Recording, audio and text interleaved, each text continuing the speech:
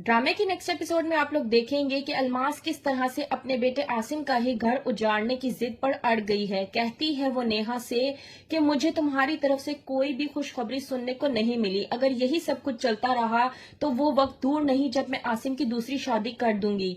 नेहा मिन्नत समाजत करती है और कहती है कि मैं आसिम से बेहद मोहब्बत करती हूँ और वैसे भी मेरा आप लोगों के अलावा इस दुनिया में कोई भी नहीं है, कि आप बहुत अच्छे तरीके से जानती हैं। और अगर आसिम किसी और के हुए तो आप ये बात जान लें कि मैं जीते जी मर जाऊंगी। मैं आसिम से बेइंतहा मोहब्बत करती हूँ। दूसरी तरफ आसिम भी अलमास से कहता है कि ऐसा नहीं हो सकता। अलमास कहती है कि तुम अगर दूसरी शादी कर भी लोगे तो कोई आफत नहीं आएगी। वैसे भी बहुत सी अच्छी लड़कियां घर में बैठी हुई हैं जिनको शादी की बेइंतहा जरूरत है और वो अच्छे शोहरों की तलाश में हैं। अगर तुम दूसरी शादी कर भी लोगे तो तुम नेकी का काम करोगे, इसमें कोई गलत काम नहीं है। कहती है नेहा को अलमास कि अगर तुमने जल्द ही मुझे खुशखबरी ना सुनाई बच्चे की तरफ से तो ये बात याद रखना कि मैं आसिम की बहुत जल्द शादी करवा दूंगी। दूसरी तरफ सुम्बुल हो चुकी है पूरी तरह से आली के रवैये से बेइंतहा परेशान, क्योंकि वो समझ नहीं पा रही कि आली का रवैया कभी तो कुछ होता है और कभी कुछ। पहले तो आली ने सुम्बुल का हाथ गाड़ी के दरवाजे में देकर उसे चोट दी और बाद में वो ये दिखाने की कोशिश कर रहा है कि उसे उसकी बहुत ज्यादा परवाह है। काम वाली से ये कहकर कि वो जाकर सुम्बुल के सामने ये कहे कि वो ये बात बताते हुए कि सुम्बुल का हाथ गाड़ी में आ गया है, उनकी आंखों में आंसू आ गए थे।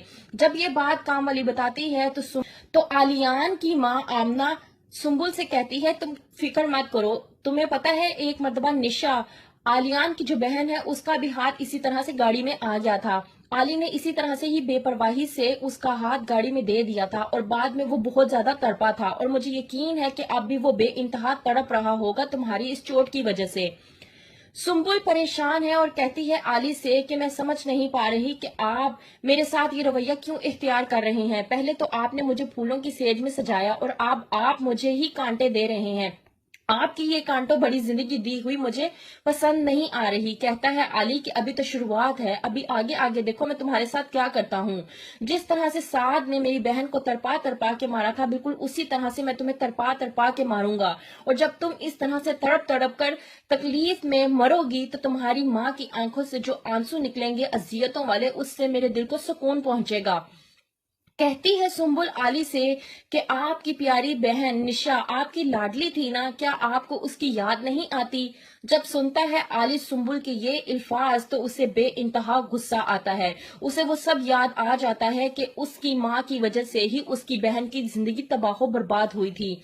उसकी प्यारी बहन जिसे किसी भी इंसान की सच्चाई और बुराई का पता नहीं था, वो किस तरह से एक दरिंदे के हाथ लगकर मर गई। और ये बात जब उसको याद आती है तो वो ग्लास उठा कर नीचे मारता है और वहीं से वापस चला जाता है। सुम्बुल आली का ये रवैया देखकर बहुत ज्यादा परेशान हो जाती है कि आखिरकार आली को क्या हुआ।